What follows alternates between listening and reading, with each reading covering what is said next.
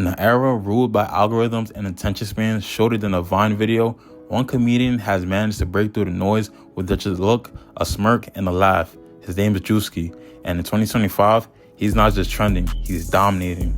This is how Druski became the #1 comedian of this generation. Born Drew DeBordes in 1994, Druski grew up in Gwinnett County, Georgia. His early life didn't immediately scream future internet star. He was quiet and went through the motions of college before dropping out to chase something bigger.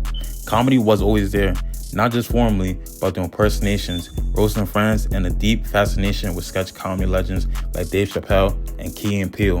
What set Druski apart wasn't just that he was funny, it was that he was observational. He knew how to study people, body language, the way folks talk at kickbacks, how promoters act at clubs, how unqualified artists carry themselves with fake confidence. Druski could imitate them all to perfection. Druski first started popping up on timelines around 2018-2019, but it was 2020, the year of lockdown, that exploded his career. With people glued to their phones, his sketches felt like a breath of fresh air, of hilarious and in dark time. Unlike high-budget comedy, Druski filled with minimum lighting, no script, and often no set, just a character, a situation, and the magic of improv. One of his first hits was Club Promoter Who Does Too Much. It was painfully accurate, sunglasses indoors, talking in vague promises, and always claiming it's gonna be lit. Another banger, frat guy trying to convince you to chug. This sketch became a template. Druski wasn't acting, he was holding up a mirror. But if there's one universe Druski built that put him on the Comedy Hall of Fame, it's this. Could Have Been Records, a fictional, chaotic record label run by egotistical, delusional executive, Druski himself. What started as a parody, sketchy A&Rs and record labels turned into a full-blown series. Through Instagram Lives and viral clips, Druski auditioned artists with hilariously bad bars, wild antics, and over-the-top personalities. Sometimes it was real talent, sometimes chaos, always comedy. The brilliance of Could Have Been is how believable it is. Druski never breaks character. His fake laugh, his disapproving stare, the silence when somebody bombs, it's anti-scripted genius. He's created a parody that becomes real.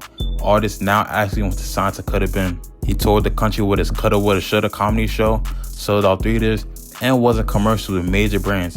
But perhaps most importantly, he gained respect from other comedians and entertainers. Jack Harlow, Kevin Hart, Rick Ross, even Drake, all of them have worked with or shouted out Druski, and it's easy to see why. He's not just funny, he's genuine.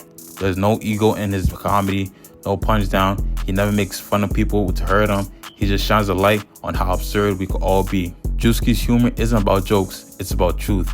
He studies human behavior like a scientist. The way guys dab each other up depending on how well they know each other, the fake support we give when someone sings ballet at a party, the overconfidence of SoundCloud rappers with no talent. We've seen it all, but Druski becomes it. His facial expressions are elite, his timing is immaculate, his commitment to every character, no matter how absurd, is what makes it believable. He is what happens when improv, acting, meme culture, and southern charisma blend into a new art form. He's not the next Dave Chappelle, he's the first Druski. As of 2025, Druski is a multi-platform force. He's starring in films, producing his own series, and continuing to tour with Could Have Been Live. But he's also smart. He hasn't oversaturated himself. Each appearance feels like an event. Each skit feels like a classic. And in the comedy world, that often relies on shock or controversy. Druski relies on vibe. That's rare. That's valuable. That's why he's #1. Druski isn't just popular. He's a blueprint. A reminder that funny doesn't need to be cruel. That viral doesn't need to be loud. And that if you want to master the small things, a look, a pause, a character, you can change culture. So whether you discover him in a skit, on tour, or from a Could Have Been audition, here's one thing that's clear about Druski. In 2025, Druski runs comedy. He is comedy, and he's just getting started.